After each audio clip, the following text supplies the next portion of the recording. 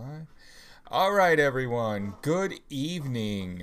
Tonight with us is Joe Fionda, an old friend of mine, someone I have known for over a decade now, at least known of. I mean, it was sometime around Occupy when we really started kind of hanging out and getting to know each other, but gonna bring him in here and we're gonna go live.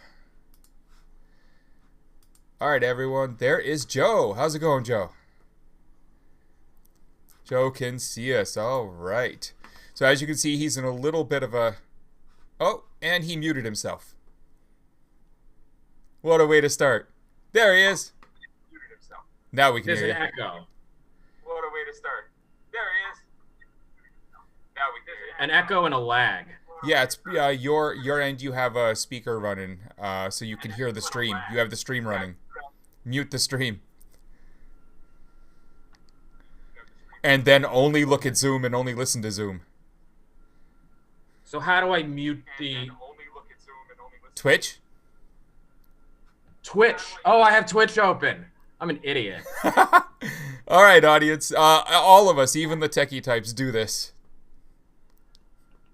All right, here we go. We literally all do it. I, in fact, did that exact one like only 2 weeks ago. Little better? Yeah, we're here. All right. So everyone, this is Joe Fionda. On Twitter, he's Fionda Vision. Formerly Subverso. All kinds of other handles. Some banned, some private now. I don't know about any of that. Neither confirmed or deny. Joe is an old friend. We've known each other for quite a while. We've hung out in person many times. He is down in New York, and we originally kind of connected over Anonymous and Occupy's kind of, joined message when we all started working together. He was working a lot with a lot of the Occupy Twitter stuff, the Occupy Wall Street and other handles there with Vlad and Global Rev and video streaming and all that, and I was down there on the streets and then back up in Boston on the streets doing, our stuff and helping get Yan on board and Yoranon News running, the anonymous side of pushing Occupy really hard, and we started talking, hanging out, and doing all kinds of fun ops together at that point. Anything you want to add to that? Like anything, did I miss that? Yeah, I mean, you just kind of gave it away there. Gave it all up front. All right, everyone, that was a good show. We're done. That's where all the good stuff started happening. It was like the beginning of like cyber activism and people like organizing via social media to go out in the streets and go do fun stuff. And now it's just a total disaster where you have people like they're going to harass the Michigan Secretary of State at their own house because they're a bunch of sore losers and don't understand that if you don't have enough votes, you can't just go and cherry pick a bunch of counties to invalidate. Right. And harass the Secretary of State. They're not going to like that. Also, when the counties they've chosen don't add up to enough to make up the difference, like they can't even do math. Like it's really depressing. No. Yeah, right? Like, dude, we're in like a pandemic. We're all sitting at home. There's like people all over the spectrum, all over the world losing their goddamn minds because we just don't know how to handle having to do this in this day and age. And now we all have nice, computers and phones to do this, pass our time. And these people, and people are just sitting around and be like, oh yeah, well, if I just smash the tweet button enough, we could turn the election around. It'll be like 2016 all over again. And that's just not how it works. It's like it's wishful thinking. It's like, you gotta get over it and move on. Like it's been a month of just watching these people like say like, okay, well, if we could just get the Arizona Secretary of State and the Georgia Secretary of State and the governor to overturn this and then go to the legislature so we could not give the electoral votes, we could still win with the electoral college and down 7 million votes. Like they're pushing for something that, if it were to happen, would be an absolute disaster. And in Donnie's own words, the Electoral College is a disaster for democracy. I agree It's like, entirely. I think there's a lot of election reform, but that's necessary. But the thing that you brought up that I think is really interesting there is the fact that it's happening so much on social media right now, and it's not. And I'm going to say this like as clear as possible. It's not the people who were on the streets there outside of, that person's house down in Georgia attempting to yell stop the steal and get them to do whatever. It's the grifters who are running all these campaigns with lots of money and talent behind them to extract money from those idiots who were on the streets, who are actually the ones causing all of this. It's the Charlie Kirks, the Ben Shapiros, it's these types, and they're all doing such hard work, all the way up the chain of them to continue this thing because it's been a gravy train for them. That James O'Keefe, all these people, and I think personally that that's exactly what's going on. They see that a lot's going to change, and they're going to have to change their rhetoric a lot in the next few years. But this has been too easy for them. These people were primed and ready to have all of their life savings extracted from them by Trump over the years, and they're all doing these are like last salvos, last shots, a dying breed of people. That's what it looks like to me. It looks like the grifters are just winding down their grift with a big bang here. Yeah, I think a lot of them we're going to see just absolutely lose it. They're going to be crying about getting canceled or shadow banned or like just being ignored. Yeah. There's some very technical things about social media and people aggregating these large followings, where many of them have their own like managers. Like somebody like Charlie Kirk or Don Jr. aren't the ones tweeting all day. Right.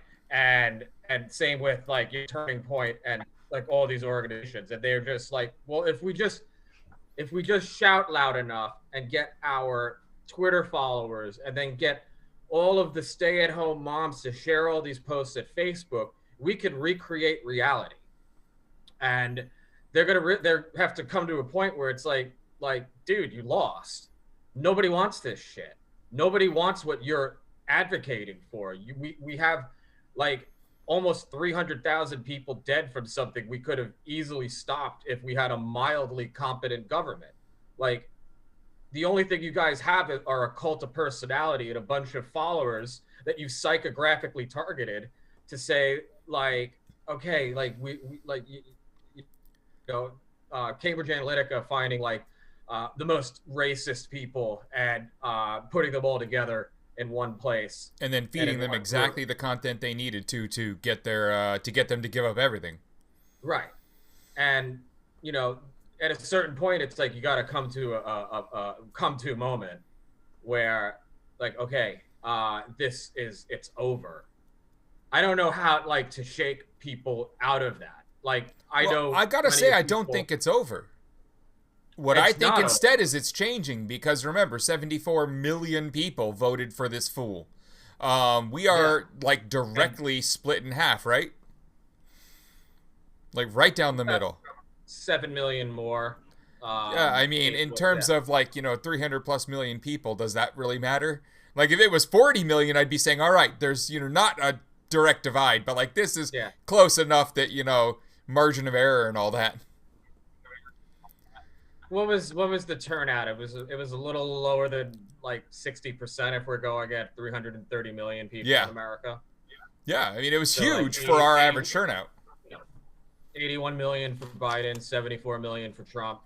That's about 155. It's a little, it's like still a little less, but still way higher than we normally get. A lot of people don't vote, and that's it.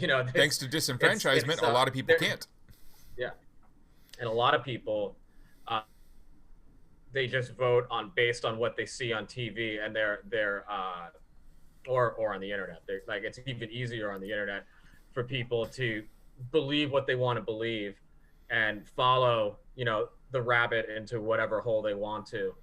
Well, that leads us And into a different part of conversation here, which is, you know, if you were on the left and you wanted to have a strong voice on the right that you controlled to do really anything you wanted with all of those people over there, right now they're all searching for people to listen to and starting up right-wing accounts and getting them to 10,000, 20,000, 30,000 followers on Twitter is a few days' work. It is surprisingly easy compared to, you want to get a left account like that, you've got to do all the really cheesy stuff like the follow back Fridays and the everyone who posts their thing in this thread and the resistor tags, and then you're just in a million botnets. But like over on the right, like it is not hard. They want to follow people.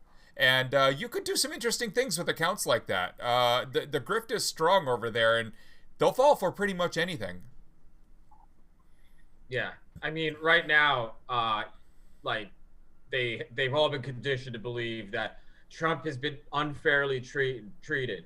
The radical left deep state who are still entrenched inside of the government are basically waging a campaign because they're, you know, upset or mad, or, you know, they don't like him and he's the greatest president to ever walk the face of the earth.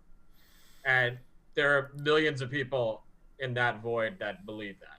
And we're getting told not to call them stupid. I don't see how I can live a life in which I don't call them stupid. Right. Those people are stupid. And it's a problem because like you want to be civil with people. You want to be like, you know, be able to talk to people, but at a certain point it's like how do you is it even worth? With some people I'd rather talk at a wall. Yeah. Yeah. But, you know, one of the things that I would say is a lot of times we'll mention things, especially like when I'm talking with, you know, Kurt or other hackerish types, and I'll follow it up with, but I'm not asking you to do anything. And, you know, because we'll say, man, it'd be funny if that got hacked. You know, because I don't want to, you know. But on this one, like, the right really is very easy to infiltrate, build big accounts on, get into their planning channels. Like, it's amazingly simple. So if you want to have some fun, even if you're not like a far lefty and you just want to mess with a bunch of people, right now is the best time to build up a giant right-wing account. It is. You probably remember around the time of H.B. Gary.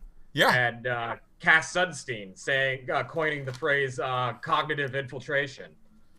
That's it's what it is. And now, like, it's easy for anybody to just start up an account and be like, oh, well, let me just get all of these Q memes and these peppies and these rare peppies, and boom, let me go. And they're, you know, and a lot of people are just like, oh, it's growth hacking.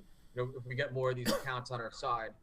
And no, they don't vet anybody until it like comes out that it was secretly some Antifa super soldier wannabe, some right, some other, you know, and then in other cases it could be like different state sponsored actor. You know, they as we saw in 2016, it was that easy for the Russian state to set up all these troll farms all over the world, and then just set up a bunch of accounts.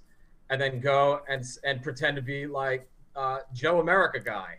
Oh, you know they're abusing the hell out of this right now. I mean, it's so easy for people to just do it by themselves now. Sure, you got to put in the time, but like that's nothing. Like the amount of time you put in to get to say 10,000 followers on the right now, if you're trolling like one of us would, is 1/100th of the amount of time you would have to put in on the left to get those followers. Right. And a lot of the time you got to go in person and you got to meet these people, or just go be like an actual human being, and then not on the right, have a discourse and share ideas. And then the right wing, it's just like, all right, well, I'm just going to type in a few things, and I've got all the time in the world. We've all got all the time in the world because we're just stuck at home all day. And you know, I suspect there are quite a number of people or entities doing this right now, and it's interesting. Quite frankly, hilarious. So I would recommend that I everyone who wants to have fun with them do that like as soon as possible. Don't even put like a real picture that they can debunk in the thing. Put some Eagle logo or some other, America F yeah kind of a thing there for your profile images. It's like, yeah. it's so simple. But that's the whole grift, right? That's the whole thing. Yeah. That's why all the big grifters are sitting over there on that side, like the Andy Knows, the James O'Keefe's. They're all over there because it's easy money. Stand here. What? Yeah. It's easy money. There's if you go and look at all of the memes that made for General Flynn to try to claim that like he was a victim of deep state targeting, like let's first of all like say that he's the former head of the DIA, so he was in effect like the deep state. Yeah, so like top of it. Is a budget for this. Clearly a budget for these high quality, sleek looking memes where it's like he's hanging out with a bunch of mobsters or gangsters in these videos, like, and they're like, we're taking out the deep state, like somebody has to sit there all day, and maybe they're doing it for free. Like, I don't know many good artists on that side of the fence though that aren't doing it for money. But the quality of the right, like Ben Garrison, for example, like he draws like one of these like ridiculous comics a day, and he's basically like, oh, like look at Trump's 8-pack abs, and he's like crushing like skinny Mr. Antifa weenie cuck, and all of these, just bizarre, like somebody's paying him. He's obviously being commissioned for that. We do know that, like he's in one other like vector of it, and even like we look at it and we're like, oh wow. Sometimes he's accidentally correct. He starts like making some memes about Karl Marx, like unironically, and we're like, oh yeah, well, self-aware. Little self-aware, is it? And Indeed. there's some of these accounts now that it's like they're chronicling the parody, like conservatives getting owned, coping MAGA, like coping MAGA is one of my favorite accounts right now. That's amazing. It's amazing. Like,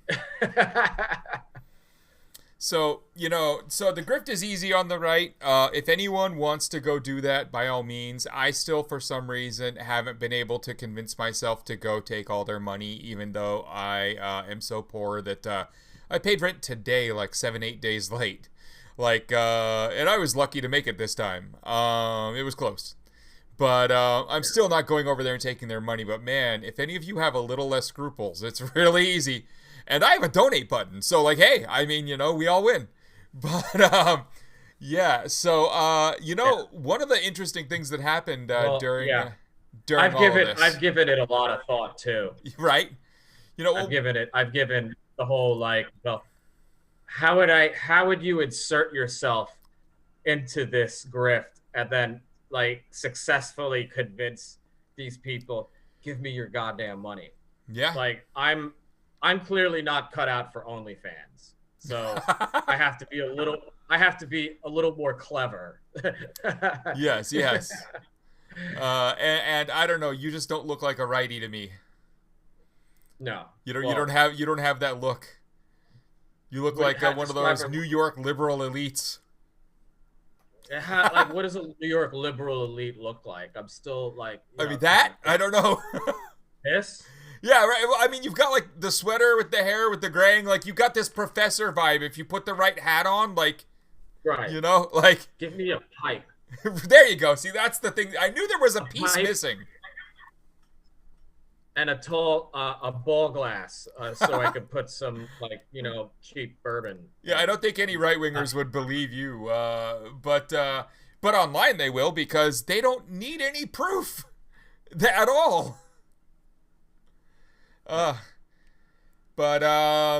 So at the beginning of all this pandemic stuff, you weren't even here in America. You were overseas, in the hotbed of it all. You were in Italy, in an area that was one of the first serious lockdowns the world had.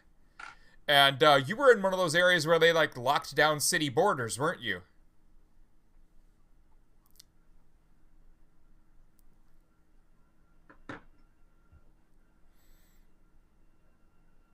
Can you hear me? Yeah.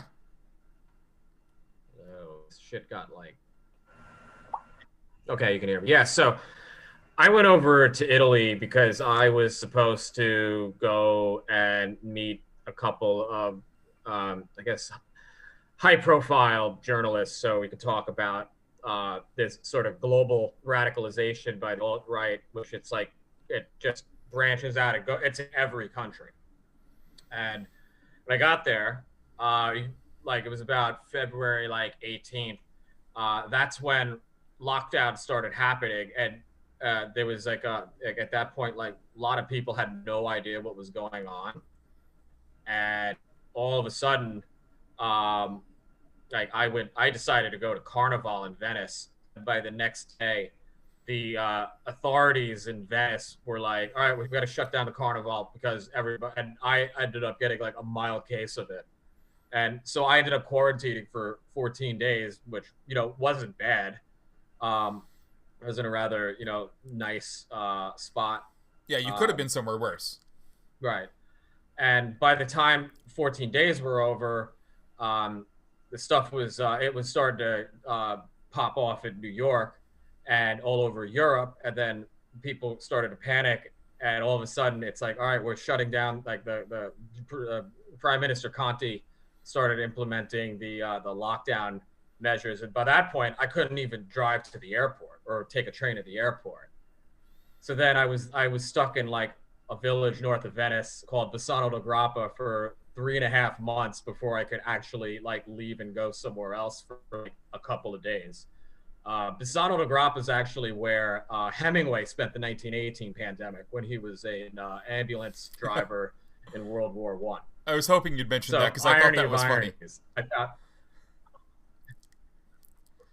yeah, that was I was like living like on the block from Hemingway Museum. It was like, okay, so Hemingway could survive this. I can definitely do that. And then I just watched like the whole like world unravel from there. But especially just watching, Donald like completely bungle the management of it because he fired the entire pandemic response team 2 years prior. And sent all the PPE to China. Having the rest of the world. Did he the PPE? Yeah, entire plane loads full of PPE. Right.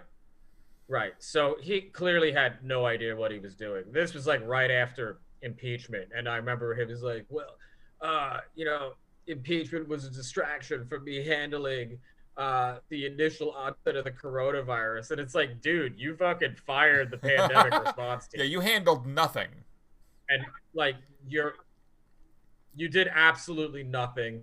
Everybody, like, people wanted you to leave. You didn't want to leave. Then it happened, and then all of a sudden, like, you're we had probably the worst possible situation to keep things under control. Like he's just like, well, it's not really real. It's like just like a normal cold. You'll be fine. And I was like, dude, like, you don't even know like the first thing like about anything.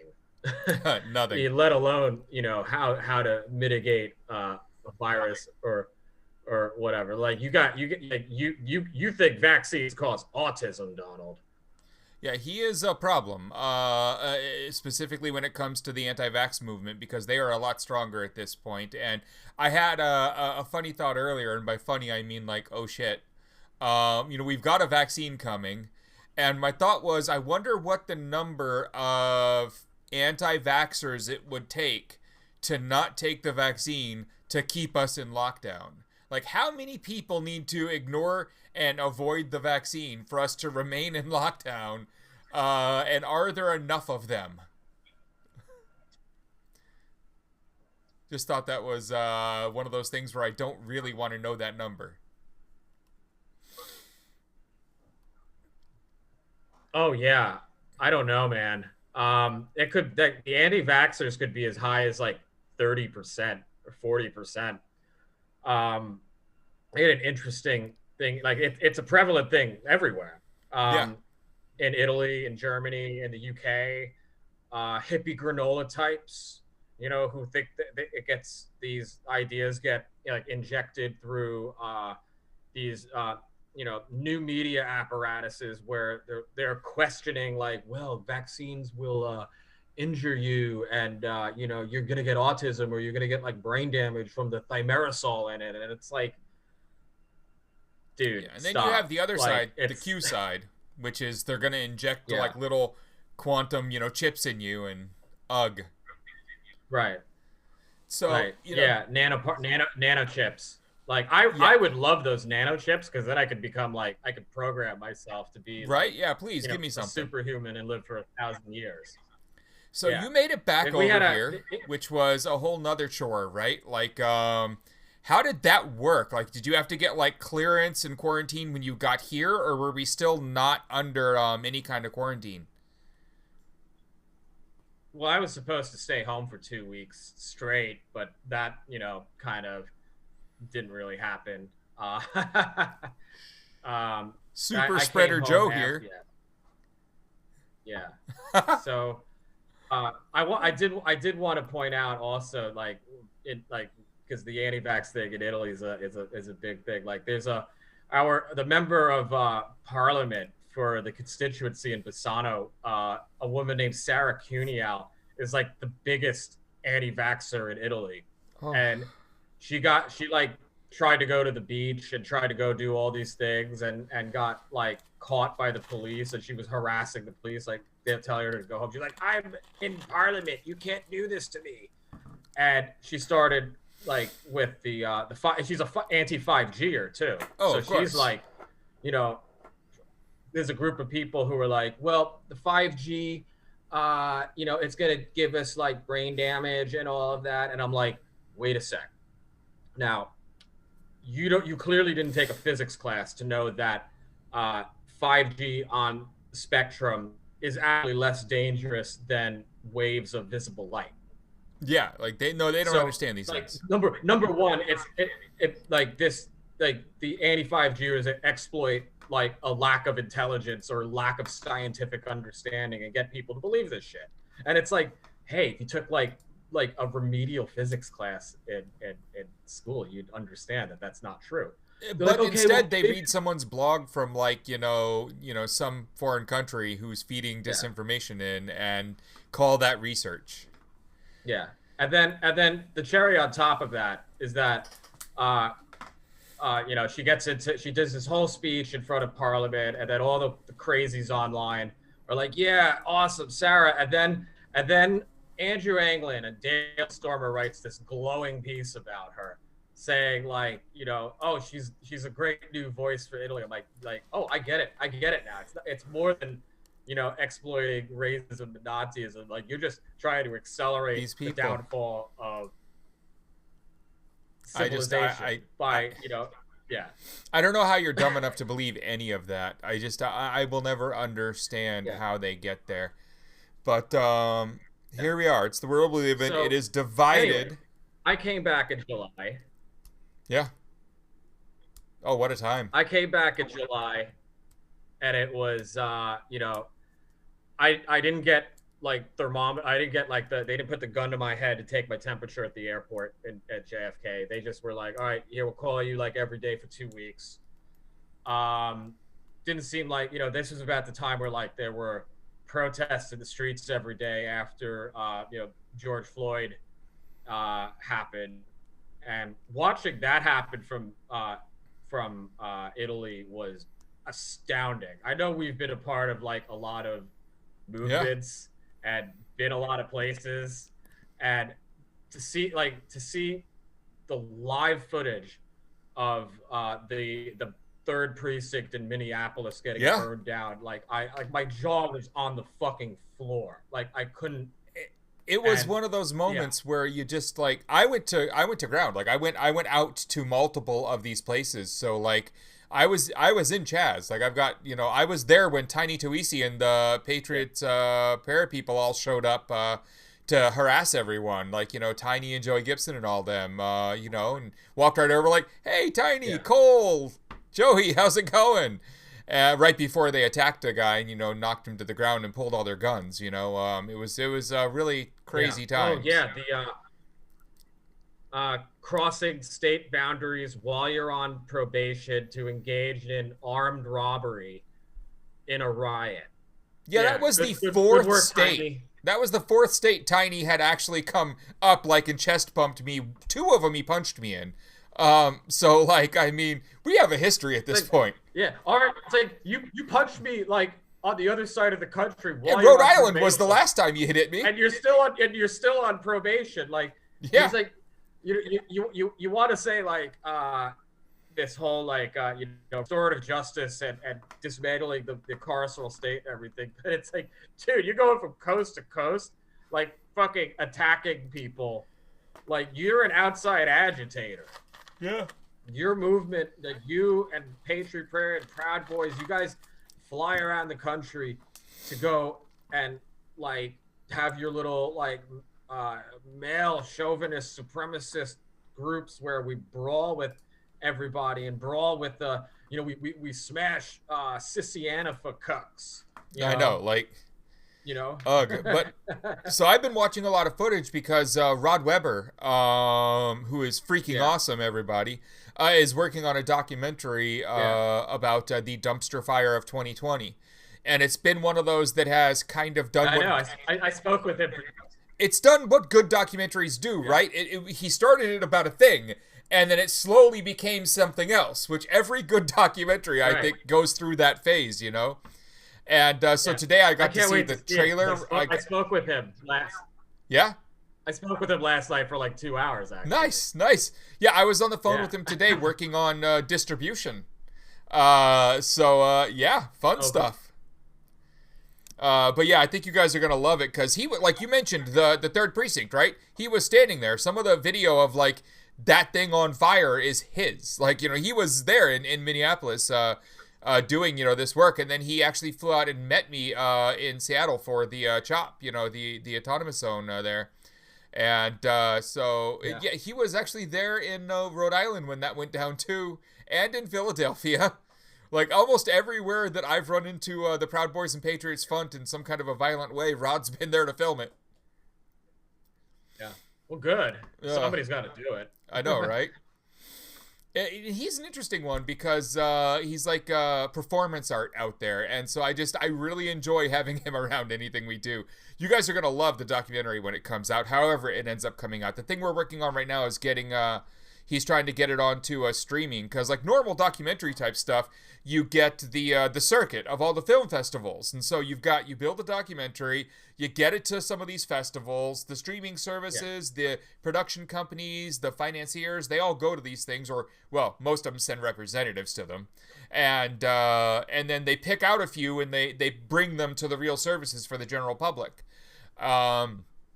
And that's not happening right now because almost all of the film festivals are either down or they're doing an online thing and they don't want to have to stream for an entire day, so they're picking very few films. So people like Rod don't have a proper outlet, so we're having to do a lot of other types of outreach to find a way to get this onto the streaming services. But it'll be there. It'll be on one of them. And that'll be great. Wait. I wanted to talk about this interesting thing, just like with Kurt, Kurt Tanner there, who's on, every Friday with us. You go back far enough with me that you're from that time period when it was impossible not to know people that we now all hate. You couldn't be in, let's call it, the right places online doing good work without running into people like Weave or even like, Tim Pool at this point, who's now, very much on the right, as we saw the picture of him and O'Keefe and others today circulating on Twitter. It's just, we have a lot of shared old friends that are no longer on our side or possibly never were, who knows. But most of them have ended up on the right doing the grift. And I mean, is your opinion of that they got there to grift, or that they actually went over there because they believe it? Like, I wanted to know what you thought of that. Well, so if you want to ask me my opinion, what Tim is doing, well, first of all, Curtainer, like, name never rung a bell until like he showed up, and Greg, you were like, hey, you know, he was there. I'm like, oh wait, 2007. Okay. Yeah, I little early. I got it. Scientology, but you know, a lot of people were just like, oh cool, you could be racist online and it doesn't even really matter at all, and blah blah blah, and it doesn't have a real effect. I'm like, but if you're gonna LARP as a racist online, aren't you just expressing what you really feel under like a mask or an avatar? I believe that's Like, what we've learned with Weave. Yeah. I mean, it was really weird because when we had to like babysit him before trial and he had those parties, like it was a very diverse crew of people. Like, I was talking to a bunch of people about this a few days ago who we were in a private chat, and I'm not going to give up anyone or anything private about the chat, but in the chat, someone who's relatively new in terms of our type of activism and hacktivism and all that other stuff, found out that someone else in the chat had once hung out with Weave. And they asked, what's he doing in here? And all of us had to speak up and say there was no way to be on the internet from like 05 to 2013 or so and not run into him if you were doing any kind of lefty activism. He was showing up everywhere. Yeah. I mean, in our private chats, like, we had private chats on IRC servers that were run by Anons that he was friends with, that we did not invite him into, but since he was friends with the admins, they would force join him into our private rooms where we were organizing shit, and then he would talk to us about stuff. So, like, it was very hard not to run into him in all these ways. So we had to kind of talk to her about, like, no, like, if you were around, you knew him and you interacted with him, and half the time you probably worked with him. And now we all know better. Now, you know, you mentioned Andrew Anglin earlier, and he runs the Daily Stormer with Weave as his wonderful CTO. And that's a bunch of Nazis. Got like a $5 million judgment against him. Yeah, but like he's going to pay it. He's hiding out in like his daddy's like real estate empire in Columbus or whatever the fuck. Yeah. Yeah, you know, like with him, it was just with Weave. It's like people are like, yeah, he's like a Nazi. I'm like, I just go and like I face palm because I'm like, I'm like, guys, like, you know, that article where like Michael Hayden calls up his mother and is like, yeah, like we had a Jewish background. And I was like, just throws everybody for a loop for trying to understand it. And like, you know, even having to talk about it, you know, I'm just like, back in like 08, you could ask him about, you know, his last name, Arnheimer, and he would admit, yes, it's a Jewish last name. Over having to now just he won't explain an insane person to the world. Like, if we had to do another hour of Hacker Wars, it'd be like he went insane smoked a bunch of crack as soon as he got out of prison, and then decided he was going to help Donald Trump become God Emperor of the United States because it was his way.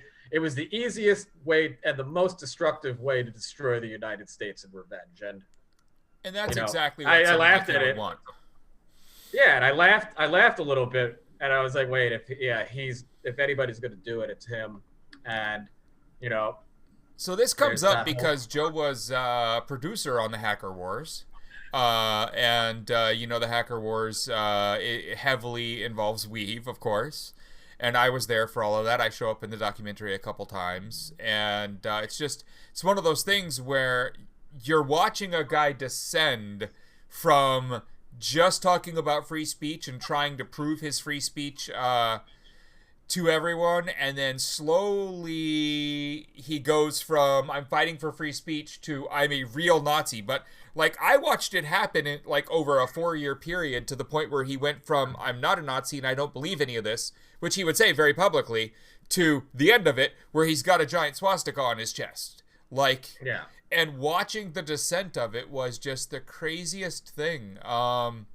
And you get to see some of that, like in the Hacker Wars, and that it's near the end there when he's absolutely a Nazi by this point, whether he's, you know, outing himself to everyone or not. But the most interesting point to me was when we were in that private chat the other day and someone brought up the idea of shunning someone who had once worked with Weave in any capacity. I had to inform them that if you were there at the after party after he got out of prison when he was very much already a Nazi, there are many pictures of you that haven't been shared online, but there is a list of big, important names that were at that party that really wish they weren't now. And that's a good. I'm glad you brought that up because Tim Pool loves to fucking bring. He was taking photos of everybody at that party. Yeah, and I was like, oh God, it's Tim. Tim's just gonna go everywhere like he always does and take photos of everybody because that's what he fucking does. That is what he does. Normal. And I was just like, finally, after like get him out, I'm like, all right, just turn the fucking cameras off because we need like. I've been filming this for like 6 fucking hours, going to the fucking prison with the Vice crew, and then coming back. He like insisted on like listening to his fucking that fucking white power metal band on the way home. And we go back to Alex Pilasov's place, which is like, you know him. Yeah. Guy, I had to tell him one day, I was like, look, it's not funny. It's not funny when he says that, Jewish babies should be fucking killed. You of all people should be like, that's horrible. But he's just trolling. I'm like, no, it got to a certain point where it wasn't no trolling anymore. Trolling. But so we're at his place, and I sit down on the couch, and Weave is there, and then Tim figures out a way to snap a fucking photo on whatever the fuck camera he had. And one day, he tweets that at me. I'm like, yeah, the context of that, Tim. You were at that same party. Yeah. And then you were at the same party, dude. And then it ends up on Hunter Wallace's blog from League of the South. Because Hunter Wallace last year, I see my face on there. I'm like, oh shit. Hunter is like having a conniption because he's like, wait, this guy I had all of these white nationalists fucking organizing with is Jewish. We got duped, man. And I'm like, yeah, dude, you did get duped. We could have told you that. But I mean, the Daily Stormer, you got duped. The Daily Stormer's domains are registered to an address owned and maintained by a Jewish person. That's still just, what? Yeah. So the other fun part about this, maybe you could pull up the tweet, but Roger Stone one day tweets like, Andrew Auernheimer, Weave, just got banned from Gab for terrorism. Cernovich, Pilasov, go fuck yourself. And I'm like I'm just like, what federal trial does that like tweet come up in? Because clearly at some point after that party, a number of events happened where he gets introduced to like Cernovich, Don Jr., Chuck Johnson, Jeff Jacia, and all of these other people that ended up being under the umbrella of MAGA 3X. Yeah. Which, like, as I was saying to you earlier, was part of this interference effort by foreign interference by not just Russia, but other people just operating like multiple groups operating in that space. It was through all the 4chan, 8chan, and like the Reddits, the Donald. So let's talk about that. So so there's a thing called MethBot. You may have heard of it. A bunch of Russians and Kazakhs got arrested for operating a botnet that was helping siphon like something like $1 billion of ad fraud by redirecting, they selling ads on sites that nobody looks at. So they're selling fake views and fake clicks and fake metrics to basically, take your goddamn money.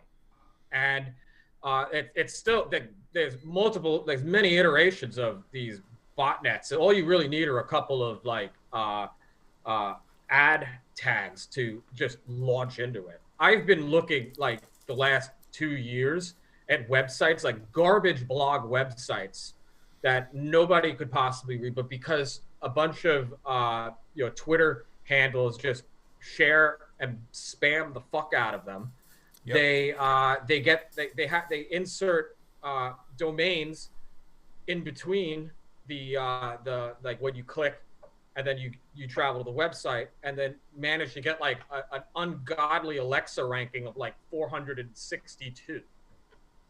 Yeah, So, and Alexa just kind of ranks websites based on how much traffic they're getting. So, like, anything near the top is crazy. Like, Google's been #1 for, almost since they started doing it, So they're taking, they're basically like plagiarizing Breitbart or other right-wing blogs, and then figuring out how to insert garbage web pages so that they could like say like, here, look, like this is where you gotta like put your advertising money into, and then they turn away, they just fucking walk away with it.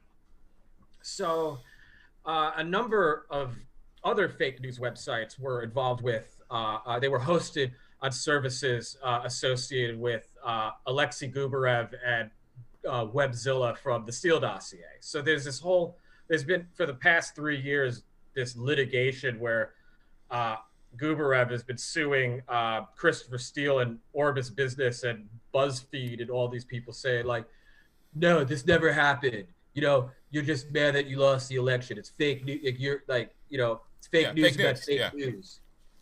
And meanwhile, there's like just, mounds of evidence and domain registrations that of these websites operating on his domains that are being launched through MAGA3X and other like, Reddit, 4chan, 8chan, and other, individuals associated with trying to get Donald Trump elected. And they're sharing like just garbage websites. Like I wish I could just throw and they're just piling up money. And what are they doing with this money? Yeah. And they're injecting Bitcoin mining malware. They're running it through servers in Japan as well that got used to launch MAGA3X. It's just like it's hard for like average people who don't like ingratiate themselves with this sort of bullshit to understand what's going on, and it's really easy to just discredit it and say like it's totally fake, Okay, because it's confusing. It's confusing, and there's the plausible deniability of like, well, imagine me, Charlie Day, with the web behind me, and I'm like, yeah, look at this shit, look at this. Like that's literally what I'm doing here. I'm explaining. I joke with you sometimes about that you're my one friend that somehow keeps too many people's names in his mind, and even though like given a minute to think about it, I know who that person is. But like I tell you, fans, everyone watching, like if you ever like talk to Joe online or anything, he will bust out with, and then this guy did this, but you remember when he was talking to this guy 10 years ago, and then 5 days, and you're like, dude, you lost me at the second full name you said in Russian. Yeah. And you'll be on there like your 20th name in like 2 sentences, and I'll be like, I'm lost. Yeah. And I know all these names too, like, and you still get me. You're totally in that moment, that guy. But that's not your fault. That's not your fault. That's literally how confusing they make it on purpose. Or I'm like Rain Man. It's basically like a Rain Man thing. But a little understanding of Cyrillic, or Russian language, Eastern European, it goes a long way to fucking understanding. And I'm glad I did that. I'm so glad, like, I just decided one day I was like, I'm going to learn how to read Russian or whatever. And, getting hired by Sputnik was also hilarious. Oh yeah, you did. You worked at Sputnik with Cassandra. Like, cool. Yeah. So, bad idea to just be like, I'm gonna go along with this because, like, we work on TV. We worked on fucking Mr. Robot. I worked on The Americans. I know how these fucking like spy drama plots go. So when her boss comes up to me and is like, "Go get CIA director John Brennan's emails or whatever, because those kids in like what the fuck are they? Um, Crackers with Attitude had hacked them. Yep. Like, no, like, why don't you go download them yourself? Because I am not touching that shit. Yep. And he fires me. 48 hours later, they're on WikiLeaks. I'm like, I just imagine like how that all went down in Julian's head. Some fucking teenagers go and they hack the CIA director. They originally went through Brennan's Verizon account to socially engineer. Like, they called up Verizon and convinced them they were the CIA director, and then got password resets that allowed him into his AOL email, and then they took his emails from there. They then went on to go like Goatsy bomb. The FBI deputy director, Marliano's, they sent like 9,000 fucking X of Goatsy to, and I was just like, fucking, like, this is, you know, some people like maybe like a couple of years earlier, they'd be like, oh, it's like a bunch of terrorists. It's like, no, it's a bunch of fucking dipshit fucking kids that like the Russian government people see, and then like they're like, oh my god, look. Yeah, like, it was like free work for the Russians. Like, they didn't have to pay for it at all. Although it was hilarious. I mean, I enjoyed every minute of that. Right. And then Cassandra, in a way it was kind of funny, but Cassandra's there. She's like doing all the legwork to like make them look good at Sputnik, while she's also in cahoots with Gucci for Two and Roger Stone at the same time. While like Gucci for Two, we know are the Russian military people. We know that from like multiple indictments. Yeah. And the same unit now. Those same unit of fuckers at the GRU were involved in ransomwaring hospitals here during a pandemic. It's the same fucking people. So when people are like, it's totally fake, it's sore loser Democrats, I'm like, there's just mounds of evidence if you want to read through it, like, and go like, put together a little like, just under like it's not fake. And just seeing like to a level of detail how like, and we go back to like what we were talking about, where it's so easy to just like start a Twitter account and roll up a bunch of fucking like conservative whatever Trumpy people and get 10,000 followers in like a couple of days. Yeah, that's like they just sat there, socially engineered their way into these circles, and it's just constantly a fight to try to like figure out some sort of attribution so we know where things are coming from. Yeah, it really is. And I agree, Talking Vipos there, the obligatory fuck Roger Stone. Fuck it. And it is crazy that you got fired for not downloading the hacked emails. That is, I mean, it's just, but also completely understandable, because you were working at that point for Russian state media without really meaning to. Yeah. I mean, you needed work. They offered a job. They were U.S. based, and then you were out of there pretty quickly. You were not there that long. It was like 5 weeks, but like I was thinking about like what Assange was thinking. He's publishing that. Like, there's a 48-hour like gulf between like the announcement of the hack and then him putting the emails on the website. And I'm sitting there and I'm just like, dude, he probably like just came. He probably just nutted himself all over the Ecuadorian embassy. Right. It's like, oh my God, the CIA director's email. like, let me get this up right a fucking way. Like, owned CIA, just own your asses, you bitches. That's for the drug war in Laos and Cambodia.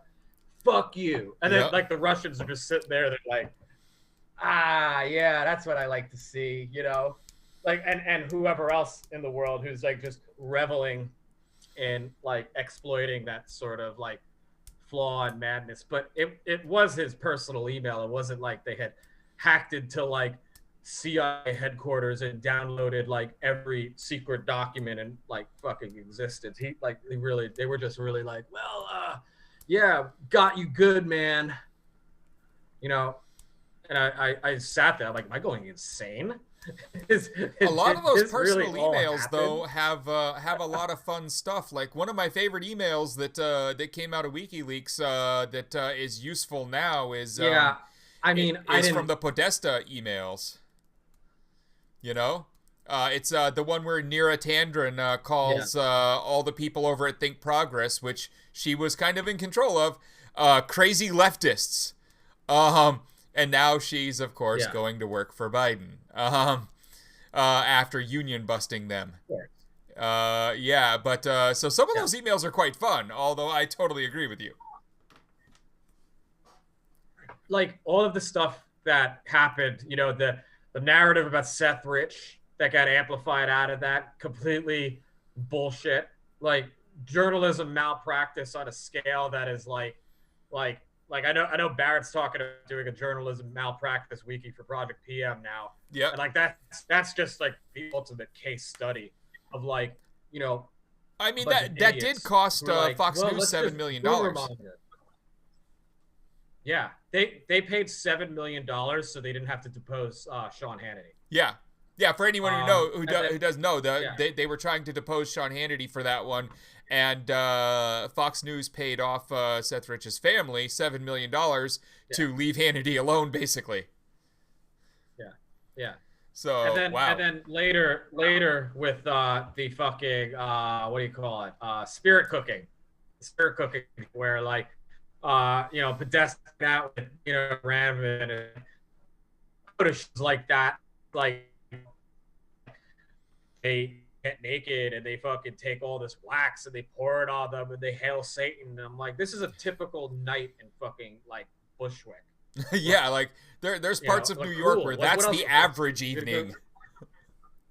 Yeah, yeah, yeah. It's like smoke weed and hail Satan.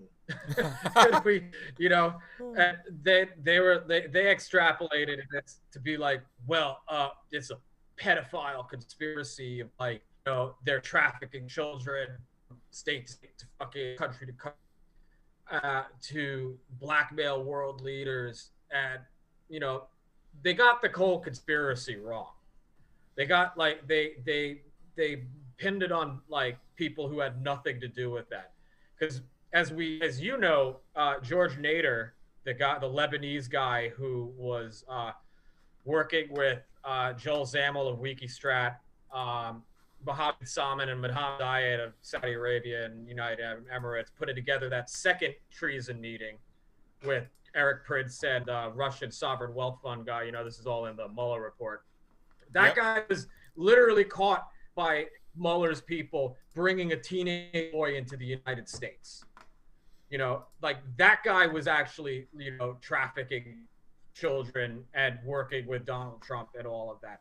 So this entire narrative of spirit cooking and Pizzagate that fucking, came out of this, of things that like Cassandra and Luke and the Don't Tase Me Bro guy and Cernovich and Assange and these people all amplified just being dipshit trolls during the election. It served the purpose of obfuscating like a real child trafficking conspiracy that was happening like inside of Trump's organization, or he was at minimum associated with. Well, I would say, one of the things that we've learned is that if anyone related to the GOP in any way is stating something as an absolute fact that the left are doing, then it's probably because they're doing it. Not the left, but the right. They're all they are absolutely gaslighting, obstruction, and projection. So, one of the things that I wanted to do here, which hopefully you're cool with me asking chat this one, is, of all the people that I know, that I talk to, that I've been friends with throughout all of this, if I have questions about anything to do with the elections in terms of Russia or anything to do with, like, the names of these random oligarchs who did all this stuff, it's this guy. Does anyone have anything they want to ask him? Anything that they think we should know that he might? In the chat there. Beyond that, it's been interesting watching all of this stuff go down here recently because like Georgia especially, it's not none of it is about actually overturning the election. It's all about Trump and them grifting as much money on the way out the door as they possibly can with that wonderful $8,000 limit on donations that's going right into their pocket, you know? And the people on the right just are okay with it, it seems. Like, I don't how? It's about taking as much money as they're running out the door, because they know that there's going to be like serious like I don't know how many people are going to end up in jail over this, or whether, a lot of them talk about wanting to start a fucking civil war because they think it's illegitimate. They're all priming themselves to try to claim that the election was illegitimate, and that they want to like just undermine the integrity and the it's bad enough that we have a system of electoral college and the federal setup of like putting 2 senators in a state with like 400,000 people, or several states, thereby kind of making the vote of somebody in California worth like a third of that of somebody in Wyoming, right? And there's a reason that they're going all out now to undermine everything, because they know that after this, like, there has to be some sort of either change in like the way we govern, or like just a new constitution even, because at this point, I mean, the big issue with all of the electoral changes that we need is, we need ranked choice voting. We need same day caucuses, primaries, whichever you want to choose, across the whole country. So there can't be a buildup of favorites, because if I'm going to vote for you, I want to vote for you. I don't want to vote for you because I now know you're going to be the winner, right? So same day on all primaries and caucuses. So it's the true answer, And then we need ranked choice voting. That we need the Electoral College to go away, national popular vote. We need Citizens United to go away, and so on and so on. But when you start looking at all these things, more than half of them are amendments to our Constitution. And to get an amendment through, we need a lot of work. We need both sides actually working together, and both of them have the power. They're not going to give us the things that will help us take it from them.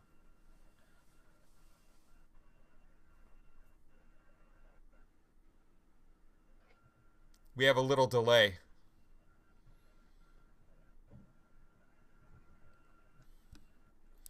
But, and so it's going to be really hard to, you can't hear me? Nothing changed on my end. Hey, chat, you guys can hear me, right? Yeah, the chat hears me fine. It's cracking up. It's cracking up a lot. Yeah, but no, I got a lot of what you said. Wi-Fi. The same day primaries, absolutely, has to happen, because New York, the primaries in New York, by the time it gets to New York, like millions, tens of millions of people in New York's votes become like invalidated compared to like people in Iowa or the states that are first, Right. They shouldn't have like, they shouldn't have it like so late, like, oh, they've already made up their mind. And it's really insulting too, because we had like 23 candidates. Like, imagine having that all happen on the same day. Yeah, I would prefer that. Yeah, well, it means that people make their own personal choice. They're not choosing because someone's in the lead. It's like,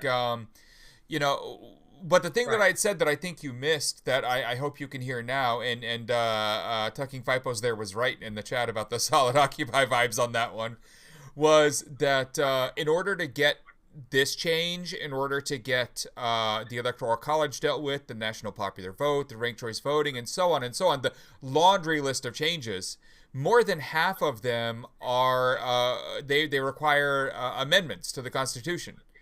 And the only thing these amendments would achieve is weakening the Democrats or the Republicans in terms of their current hold on power, so they're not going to give them to us. So that sucks. Right. That's a very pessimistic view, but I Yeah. think it's the honest view. I think it's the truth. Yeah. Yeah, because like for example, in Wyoming's home to besides like just a bunch of moose and cattle and um, like a bunch of gas fracking places. They're basically these. You go to an office and there's like one old lady there who's like 80 years old and a couple of filing cabinets. And in those filing cabinets, she basically has the incorporations for like 25,000 companies. It's a weird like Twin Peaks sort of like, ghost town where people like go to sign up anonymous LLCs so they can launder all this money into the U.S. and what have you. There's quite a number of exposés about how Ukrainian and Russian oligarchs specifically used Wyoming. But now a bunch of the Bitcoin people, the cryptocurrency people, like Brock Pierce spent a whole bunch of time there, not a couple of weeks ago, having the convention for his his failed candidacy, which is like was just a way for people to see like, okay, we have this change coming in the laws soon to bank secrecy in the NDAA. Yep. And people need to go. They're like, all right, we got to go get this secret, LLC thing, so that we have like we can hide all this money. It's basically similar to a blind trust, but an incorporated one instead of instead of a private thing. Yeah. Right. And people use Wyoming, they use Utah, they use Delaware. Those are kind of the three places you can do a lot of this in. But Wyoming is really interesting for how private they allow you to be. Because in Wyoming, the funny thing is you can hire a lawyer from out of state and then deal with that lawyer. And you can have a lawyer in your state. So imagine this. In Massachusetts, I can go get a lawyer. And I can have that lawyer call a lawyer in Wyoming for me. Not tell that lawyer who I am. Say that client-lawyer privilege in Massachusetts, I have told him not to tell him, and then that lawyer in Massachusetts can have the one in Wyoming set up the corporation for me. My name isn't even known by anyone in Wyoming if the government even comes to them, and then I can take away any power of attorney from the local lawyer on this, and then I'm separated, but I still get to run the thing, and it's the craziest. Yeah. And Wyoming is an interesting one because we've got that whole 5 states that add up to less than the total population of like Los Angeles. Like it's Alaska, Wyoming, Montana, and the 2 Dakotas, I think. No, like we should if you want to have like Brooklyn should have like 15 senators if we're talking with those numbers with that apportionment. Yeah, exactly. It's basically having offshore just offshore companies inside the U.S. Yeah, in Wyoming, you basically pay much higher filing fees, and then you pay a slightly higher yearly tax on this specific type of corporation. But then your name is nowhere near it, and it's like multiple federal cases to uncover who the hell's behind these things. And I'll tell you, I gave you the simplest version of it. You can have an offshore company that's owned by a registered agent in America that was hired by a foreigner. And that offshore company can be the one that then hires someone in a different state, like a lawyer in Massachusetts, to then go to Wyoming for you. Like, you can put yourself 5 like layers away from this thing legally. It's disgusting. Well, it's like you're talking about 7 proxies and DDoS. Yeah. And so there's a lot of Russian and Ukrainian money hiding out in Wyoming. Right. Yeah. And China now too. China's doing a lot of doing that as well. One offshore little thing, a tidbit, or story I want to tell you is about everybody's favorite Gamergate shud, Ian Miles Chong. As everybody's learning now, he's never been in the United States. He lives in Malaysia. Yep. And he can't come to the United States because he risks arrest for swatting somebody. So he sits in Malaysia working for Will Chamberlain at Human Events and just trolling online every time like something like happens where there's like he's like, oh, Antifa tried to kill somebody. He amplifies this narrative, and then Trump fucking retweets it. There's like millions of people saying like Antifa tried to like kill some Trump supporter when it's like the other way around, and he knows exactly what he's fucking doing. But in this particular case, if you want to go into his, if you type his name into ICIJ's offshore leaks, you'll find that Ian Miles Chong's full name is Ian Miles Chong Wen Shan. So he's got like this 5-name thing where he doesn't, he hides his Chinese names, and he's got a offshore company in the British Virgin Islands.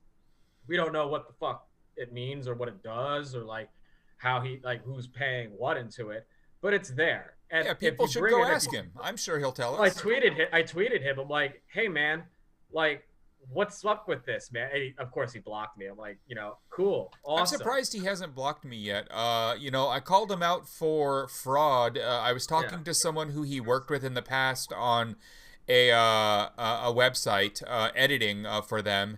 And during the course of him being the editor of this website, he hired an assistant, in air quotes, and told the website that he needed more money to pay this assistant. And then halfway through the contract, they found out that he didn't have an assistant and he was just pocketing that extra money. And when I called him out on Twitter for it, and I gave the name of the person and everything, his response was, that wasn't fraud, I gave the money back. And then he showed the receipt of giving the money back. And I'm like, just because you returned the thing you stole doesn't make it not like fraud. Like you just gave us the proof that you indeed did the thing. Like, how dumb are you? You got caught, and you had to give the cookies back. Yeah, he's an idiot. And it's weird. It's like the offshore leaks databases are great because they show all of the people on the boards of these companies. So you can see that there's a guy on the board of his British Virgin Islands company who at the same time has a offshore company in the Marshall Islands in the middle of the Pacific. And that company in the Marshall Islands is associated with a bunch of media and advertising companies in Shanghai, China. And, nobody's been able to like figure out or put into like a concise video, figure out what those companies are doing, why they're amplifying his garbage, why, he's just like who are I would love to find who's at the end of that. You, man? Yeah, well, I mean, he's a right-wing grifter, obviously, but there's way more to it. Yeah, it's like him. It's like the top tier of those grifters is like him. Tim now. They Andy No. Like, okay. Yeah, Andy No. Andy No's grift is something else because he, that dude did not have a brain hemorrhage when he got milkshake. No. But you lied about it. You went on Tucker Carlson. You somehow you either ignored medical advice and flew across country after having a blood vessel burst in your brain to go cry on Tucker Carlson about how you fucking like got milkshaked by a bunch of Antifa super soldiers and how they're all like, worse than Satan. Or you completely like, you just made up the whole damn thing. You embellished your injury and then you got like, fucking like Republicans to give you $250,000, and his lawyer is the head of the Republican Lawyers Association. So it's just like grift on top of grift, and they all know what they're doing, and they all see a cash cow when it shows up.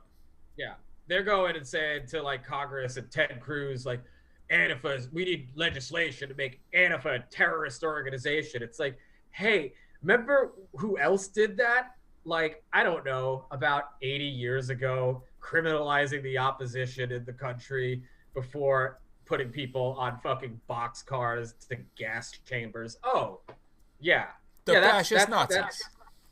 That's how it played out then. So good work, Ed. You're crying about being called a Nazi, and then when like fucking Nazis in their telegrams are like, "Thank you, Andy No, for fucking doxing these Antifa scum."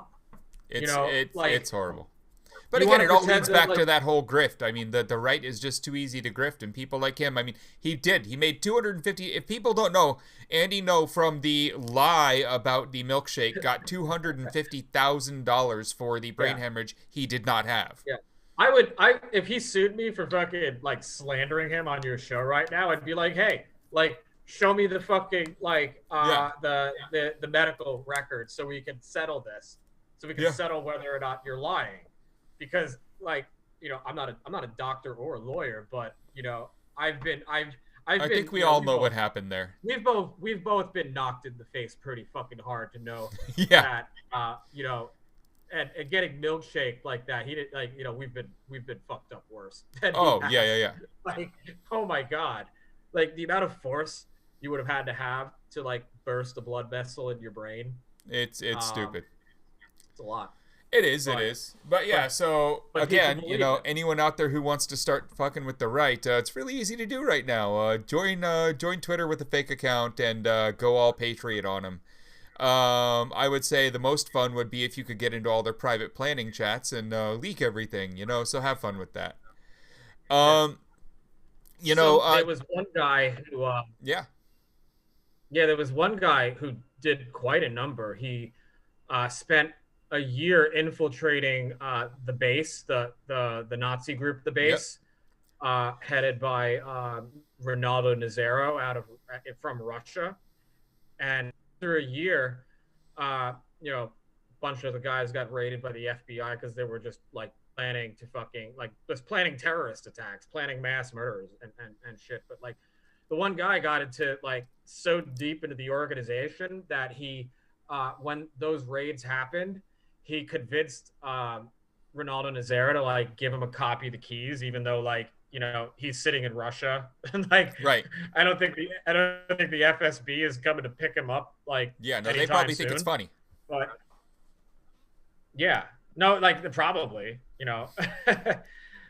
so he convinced him to hand over the keys, and then the dude just like took everything and gave it to Vice and other activists to like It's brilliant. the thing is, it's like if you're people are like, oh, like, we can't have like encryption. The encryption helps terrorists, blah blah blah. But it's like any person who wants to infiltrate a channel, you don't. It's like the user. It's humans who are inviting you into these things. Part of it.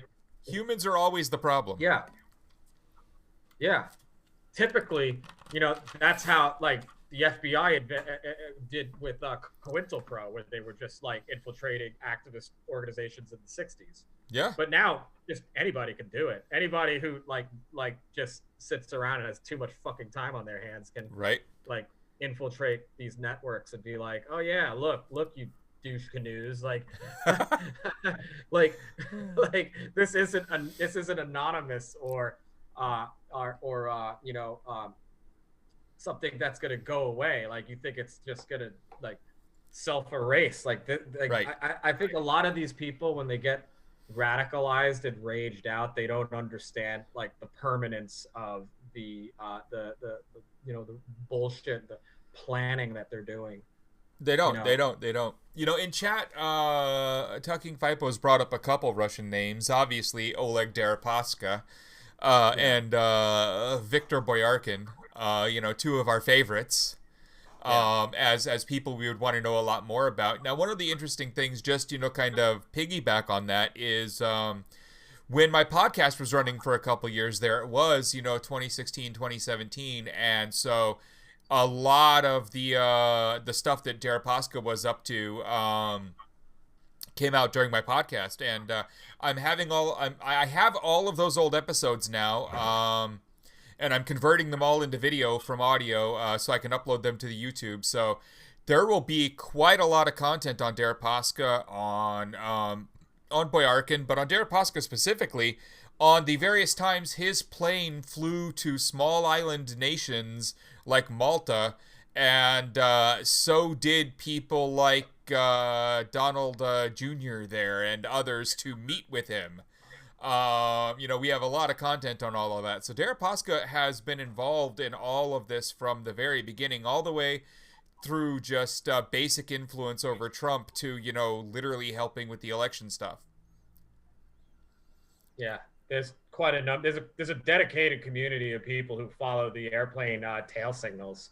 Yeah. You know, you can tell a lot like about who's there and when and whatnot. One of the more amusing ones is Evgeny Lebedev. He's the son of Alexander Lebedev. They're basically the inspiration for the show McMafia. I don't know if you know about McMafia. Great show on Yep. Sundance. I also suggest The Bureau, French DGSC spy drama. They got a lot of good Russian oligarch angles to that. But uh, Evgeny Lebedev is best friends with Boris Johnson, and and like Boris would sneak off like out of London for the weekend and go to a castle in Perugia, Italy, and go get sloshed with him and his dad. His dad was like this ex KGB agent that defected. You can only kind of like assume so many things. But his publication, they own the Independent in England, and like Methbot is also associated with the ad network on his domain. So it's like there's so many of these, there's so many like weird, it's a very tangled web. How do you even like just very tangled web of just like Boris is, and yeah, Manafort was at a lot of those meetings too. Yeah. I mean, I don't know if Manafort specifically like went to. He wasn't at the Malta meeting, but he was at two of the meetings they actually had in Africa, and he was at one of the European meetings in the Ukraine with Deripaska's people.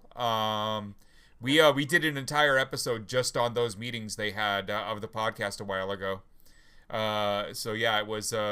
We have like tons of research. And all the notes from those shows that actually lay out in detail, like who met with who and when and where and who these people were in that entire chain of things, are all going up with the episodes too. So everyone's going to get to see all of that again. A lot of it's research that I haven't seen really repeated anywhere. So I'm hoping people like that archive goes back up. We've talked about a lot tonight. I kind of asked Joe to come on for like an hour or so. We're reaching about an hour and a half here. We normally do between an hour and a half, 2 hours. I'm wondering if you, Joe, have anything you want to talk about besides what we've already covered. I think we've covered a lot. I can't wait to get my vaccine. Right? I think I'm going to go with Moderna. Yeah, we're going to get a choice. Like having to get 2 shots. Yeah, I'm kind of lazy. I don't want to have to make 2 trips. If the Moderna one is more effective, then fine. I'm wondering like if I'm going to be able to go somewhere, like if I get the vaccine on arrival, if I go to Italy or somewhere. With all of our I see that like activism stuff, right? I know a lot of the stuff you're up to, and I think some of it's fun, and some of it we just won't talk about until it's happened.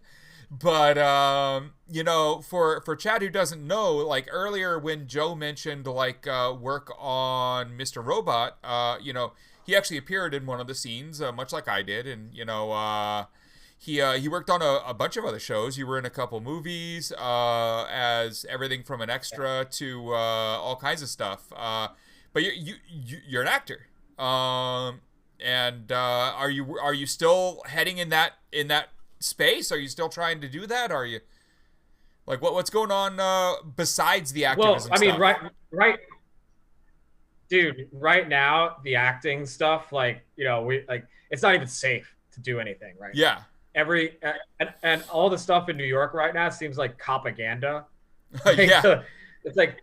I don't want to film another like Law and Order is cool because like Ice-T is like the fucking man, but like right, like these other like these shows, like I remember you were saying like you will never work on CSI.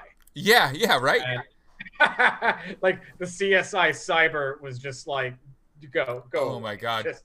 Hey, I talked to one of their producers at one point, and I just there was no saving them. They just didn't care. They wanted the red code on the screen to be the virus and all the dumb, stupid shit that like I guess they were kind of right that my grandma would like, but that wasn't for me, man. yeah, I wanted more realism. I wanted people at real command lines. I wanted, I wanted what we got to do in shows like Mr. Robot. I wanted reality in terms of at least the hacking. I mean, I yeah. kind of wish a lot more of what happened to Mr. Robot happened in real life with the financial institutions and whatnot. But you know, Well, you mean you want to redistribute the wealth? You want to give everybody some e-coin? We should make you should make a Q coin and convince all the Q people to nice, one nation under Q.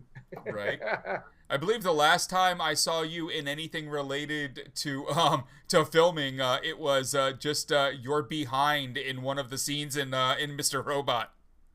Yeah, no, we were doing a scene with I guess Angela's in the restaurant having dinner. Yep. And we show up with all the F Society masks, and we're like invading the dinner Yep. and like harassing everybody. And like this kind of feels like Occupy Wall Street. It's like life imitating art, imitating life, imitating. I worked with Jeremy Holm that day. Like there's a scene where like there's the Banksy thing where Yep. they were he does a scene where like tells somebody to get in the car or whatever. I missed that show. I really wish that we were like that was gonna be something a little longer, because now we have just like It what do we have had to a look natural forward to? endpoint. I was happy that it went the way it did. Like they could have stretched it out a little longer, but I think Sam, I think Core, I think the people kind of behind that show did a really good job of bringing it to the right ending for it. But some of those people related to that are working on some other shows in similar genre specific kind of stuff, and we'll see how that goes. I'm probably going to consult on at least one of them. Nice. So we'll have some fun there. As for Gemini in the chat, hey, I'm all for it. Please do.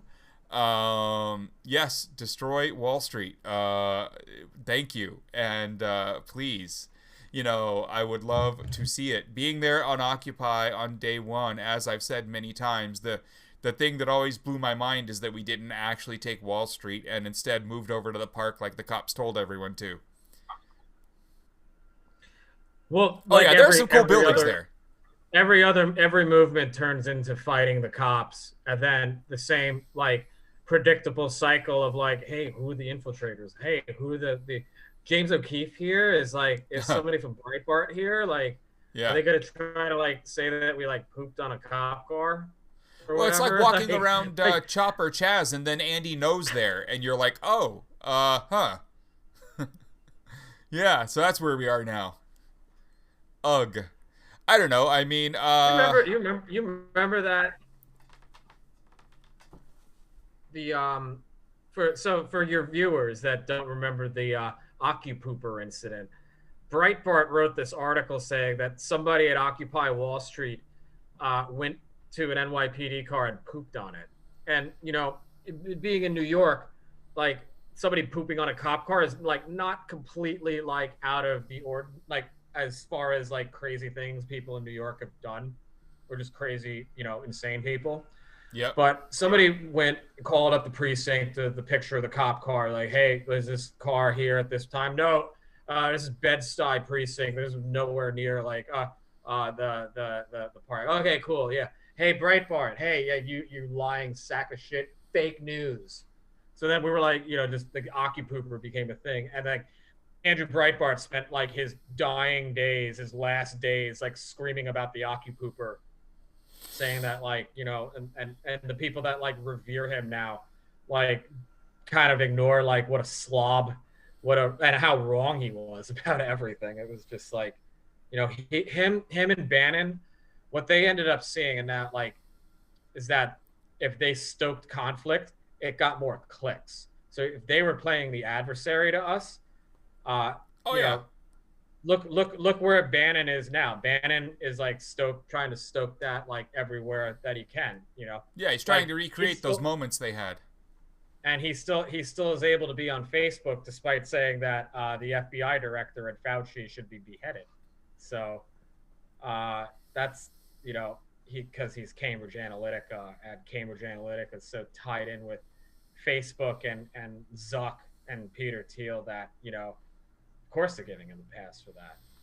You know, Anybody so else? so in the chat, people are talking a little about Occupy, and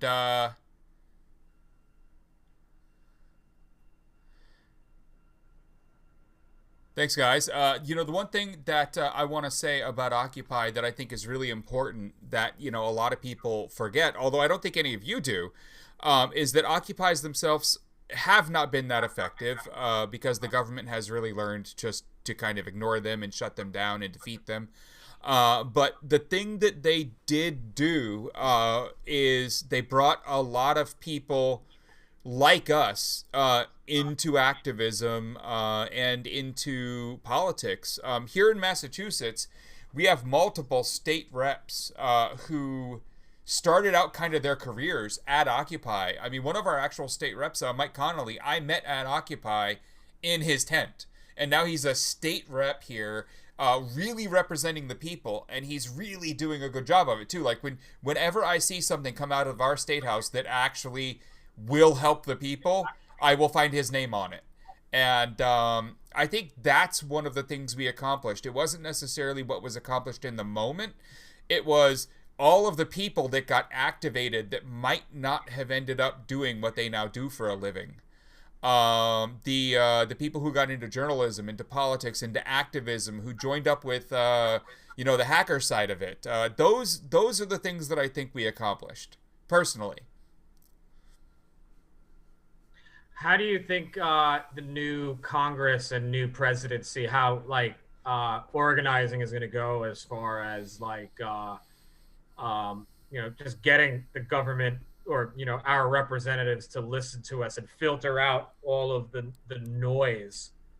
How are they going to go about getting us getting a new stimulus deal and effectively guiding us through the end of pandemic? How do you see this playing out? Do you think that there's going to be like Bannon's side are going to be declaring a civil war? I think if we get a civil war, that's what the accelerationists have always wanted. Love you too there, Gemini. But the thing is I don't think we're moving anywhere towards the left. Joe Biden is a centrist at best, and most of his votes and most of his stronger arguments on the floor of the Senate have always been for the Republicans, be it the Patriot Act, the war declarations, the crime bill, anything. So I don't believe he's going to move left in any meaningful way. The argument that was given to us was that, look, you have to get rid of Trump, so vote for Biden, and then once he's in and everything is settled a little, you can work on making him move left. And I've told everyone from the start, from the first time I heard that argument, that your vote for him is the most important thing you could ever give him. It's the only thing of value you have that he wants, and once you've given it to him, he's not going to move anywhere you want him to because he already got your vote. You don't have any power over him now that you've given that to him. So I don't see him moving left at all. And his picks for various office seats like Neera Tanden and others of that ilk are again union busting, mostly centrist conservative types who I mean they're all slaps in our face. So. No, I think I don't think we get what we need out of this president. I think it's better than Trump, but that's not saying a lot. That's saying very little, and that's where I think we're stuck.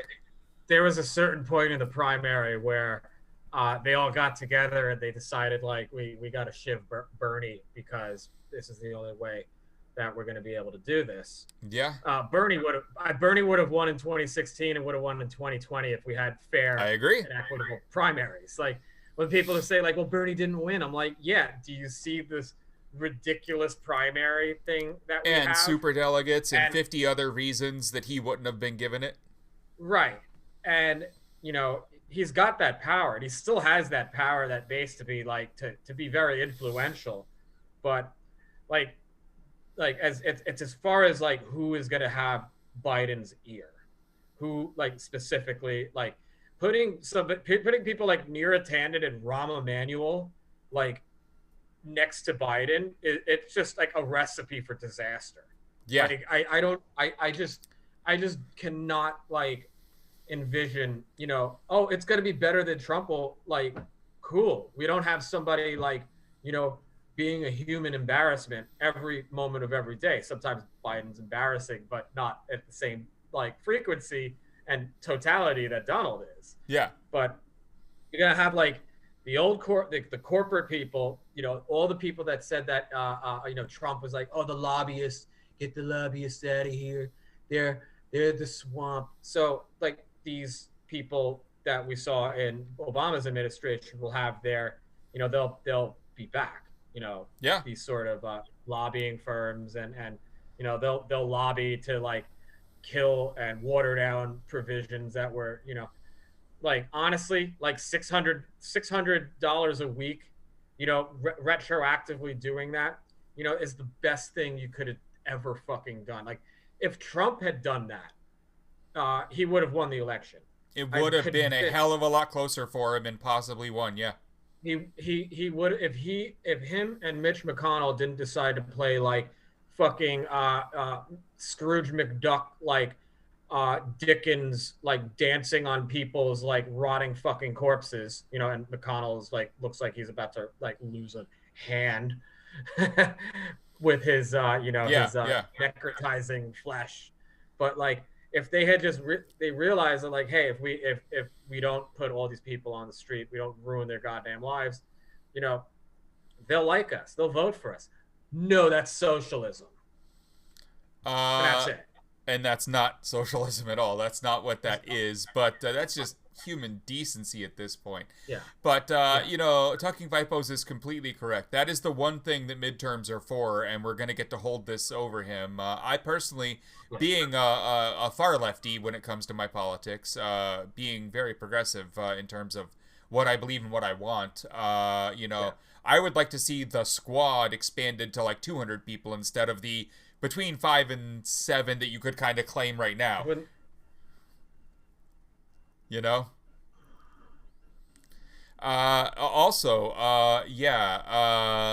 lot of talk about Tim in the chat. Tim is an interesting one. I've known Tim for a very long time, and he's gone down that accelerationist rabbit hole where he believes that civil war is coming either way, so might as well be on the side that's going to win. I personally think that's what's going on.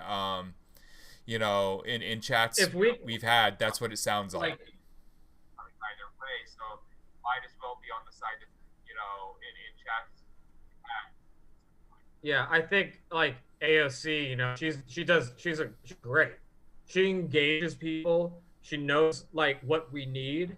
She understands how like she's in the generation, like our generation, where we understand like how ridiculous boomer Republicans are, the things that they say, and how they contradict themselves constantly, and they lie and everything. And Ilhan gets that too. And they're just like these. They get like the Republicans get so mad when like AOC or Ilhan like bite back, saying like you're a fool. Like Ted Cruz, like what nonsense, like are you fucking like pushing on us today again, or anything. We need more people like that. Well, AOC also comes on Twitch and does a very good job playing games with people for money, and I've enjoyed every single time she's come on here. She is an interesting one though. Yeah, I mean there's a lot of protection that needs to be around her, and I'm hoping she continues to survive. And you're right, yeah. Her district doesn't like her at this point. The media has done a very good job. Yeah, like her district is pretty, like she's true New Yorker. Yeah, right. What we need is more of it. We just need more people like her. Like, And you're right. It is fascism versus centrism. We don't like what's always interesting, and I've tried to describe this. And in fact, I kind of wrote this out on paper for someone a couple weeks ago. In that, like, Joe, you have traveled to multiple places in Europe, even in just the last couple of years. You've been all over Europe, and one of the things that I find interesting here in America is like you've got the right, you've got the left, and then you've got the center. But our version of left in America, where we would put kind of the liberal Democrats, the corporate Democrats, the corporate elite Democrats, all those types, they would in any other sane society be considered far right, and our right wing would be considered terrorist nut jobs. And our progressives, which are only asking for bare necessities for people, would be considered centrists. Like Bernie only in America are progressives far left. Anywhere else, they're the center. Yeah, Bernie's agenda is like centrist by European standards. Yeah, it's crazy. It's ridiculous. And when people talk about communism, they're like, I ask them, like, have you ever been to a communist country before? Do you understand like what's going on? Why, like if you have critiques of communism and why it fails as society. Like, I'm like, I've been to Laos. Like, I could explain how destitute people are in Laos. We could have the conversation about like the CIA and the fucking Vietnam War and all that bullshit. But a different time. But Laos is a communist country, and like while there's a lot of like beautiful places in Laos, they live like incredibly agrarian and almost destitute. They are completely dependent on China, another communist country, to go and build infrastructure. So they're building a bullet train as part of the One Ring Road project to link China to Singapore and down into Indonesia and all that, and some other point. All it really is a way for China to take control of infrastructure in a bunch of countries. Right. So they, of course, China's like, okay, we own 90% of the infrastructure project. Like, you need us to do this because you don't have this, technological backbone in your country. So you're basically dependent on us to build all of these. They drill tunnels, build rail, build highways. Like the project between Luang Prabang in the north and the capital of Vientiane. Like, I took an 11-hour bus drive on like a hell bus with like 25 other people, like packed all next to each other, like going around these like crazy mountain roads and like stopping at the top of a mountain, and the only thing that they're offering to eat are like dead rats that they poached. And I'm like, that's real shit. Like, why don't you guys come and do this if you have like the taste to go and like not do spring break, or you could come and understand and see things with your own eyes when you're talking about how when the right wing starts calling what we want communism, like, no, you should go see real communism. It's but I will say Laos is an interesting study there, like, because a lot of where it exists even still today is down to the fact that we America carpet bombed the ever living hell out of them during the Vietnam War, and really sent every project they had back 100 years. Every city, there are still mines in the fields in Laos because of what we did. So I do think their version of a country and where they are is still related to what America did during that war.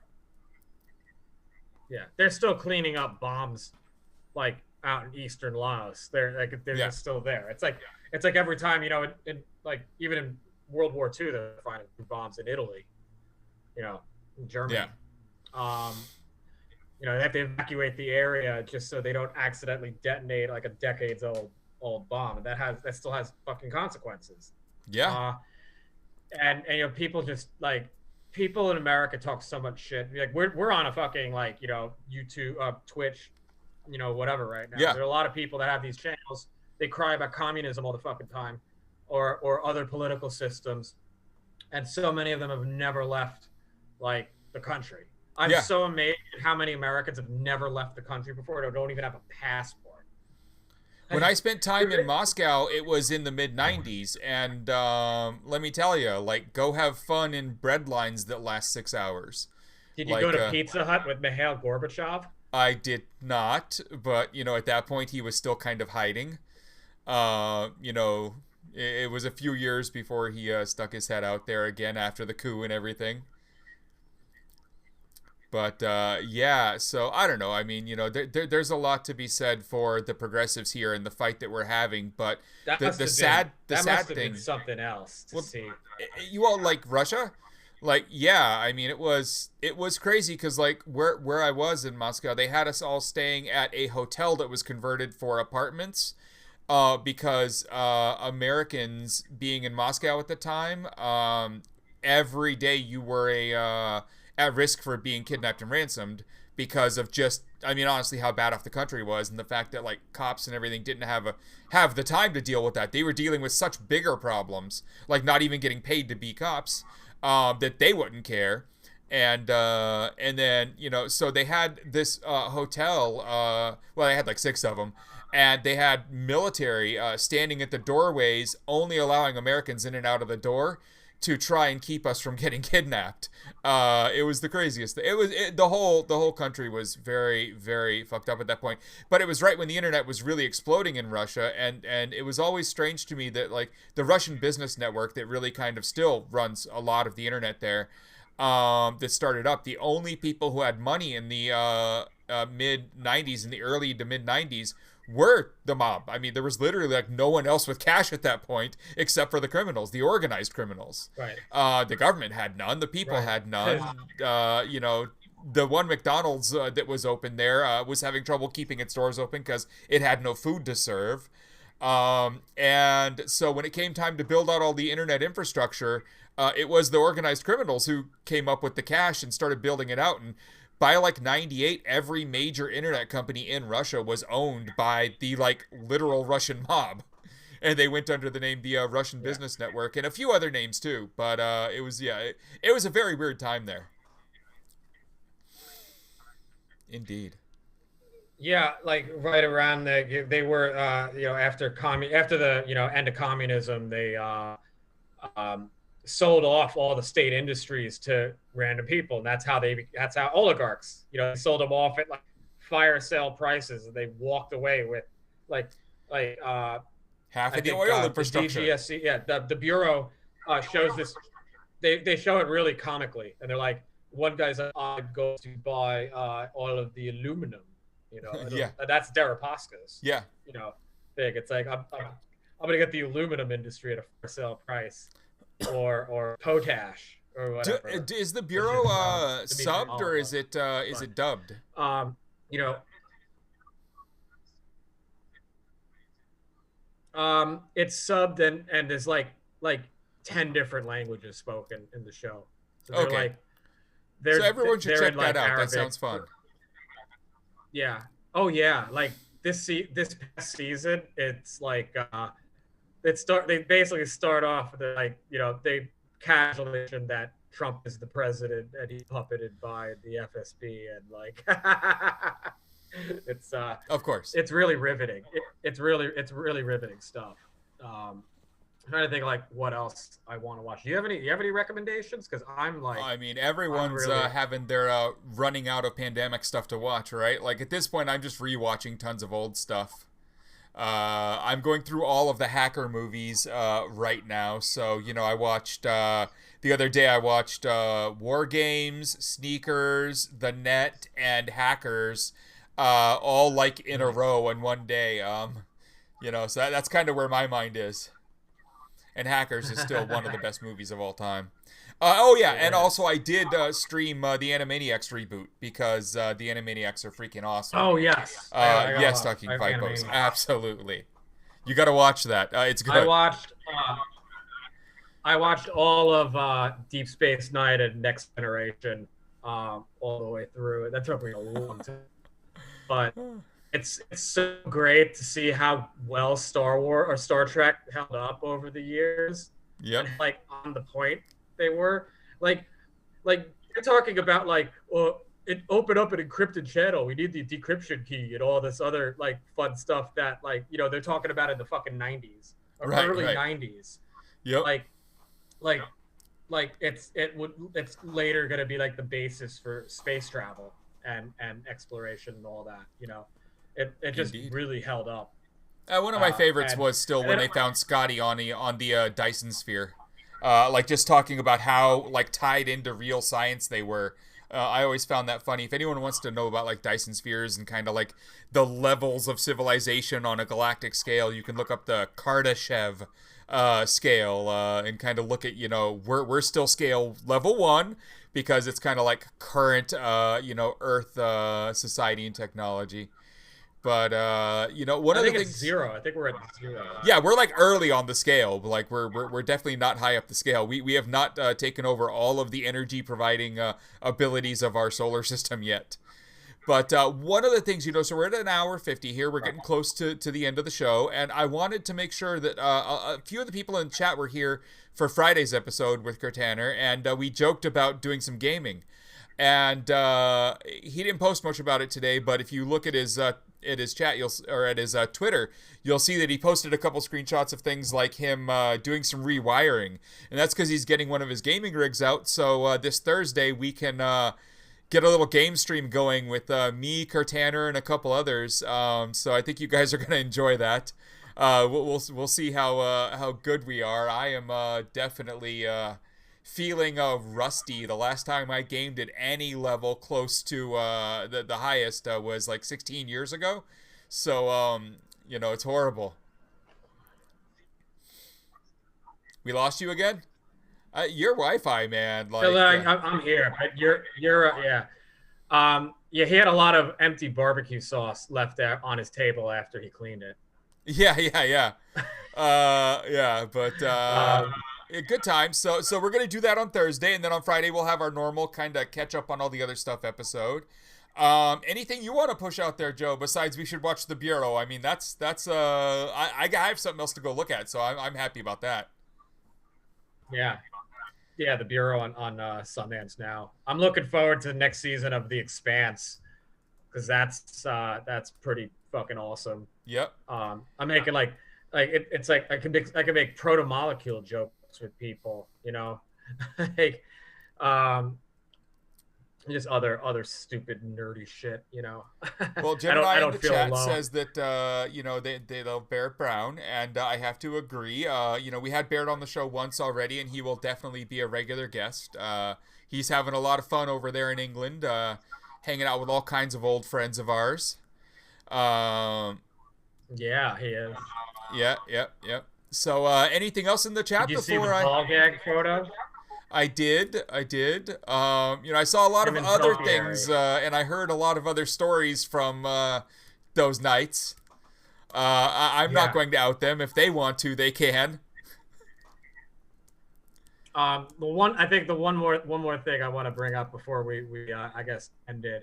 Yeah. There's an article that came out in the Jerusalem Post about how they're saying that the Israeli and American space programs made contact with advanced civilizations and the Galactic Federation, if you will, but they've had to keep it secret because, and this is all I think speculative, obviously, but they're like, if we were to confirm this, it would cause a mass hysteria event.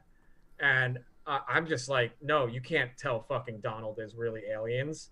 And he's going to like contact them as the first, representative from Earth and just embarrass us to the rest of the fucking galaxy. Yeah, Like, no, I don't believe for a minute come that on, we've made man. any kind of first contact. But if you want to talk longer about that, you should go on Fade to Black with Jimmy Church because that is his whole bag. And that's a fun show, by the way. Okay. Anyone, I don't. I'm not into that type of stuff. It's not my thing. So like, I go on his show every now and then, and what I do instead over there is I talk like about the actual current science. So like we did a show about AI, and I kind of talked about the current levels of AI. I explained what the difference between AI and AGI is, stuff like that. Like, but the reality of it, where we currently are, you know. And his normal shows are more paranormal, more UFO, having people on who have supposedly been abducted and all that. He used to guest host the Coast to Coast show on the radio there. So that's that guy. If anyone's into that type of stuff, you will enjoy Fade to Black. I got to tell you. But that is not my bag. It may be a little. Who knows? You know, I think you'd enjoy it. Anyone in chat got anything else for us before we call it a night tonight? Cause I had a fun tonight. This was good. I wanted tonight to be like a friend, someone who I just got along with, who I could have a conversation with. I didn't want to. I don't know. I was having one of those days where it felt like I just needed a good conversation with an old friend, you know. And so I'm glad. Thank you for coming on. We wanted to throw softballs at each other, right? Oh, of course.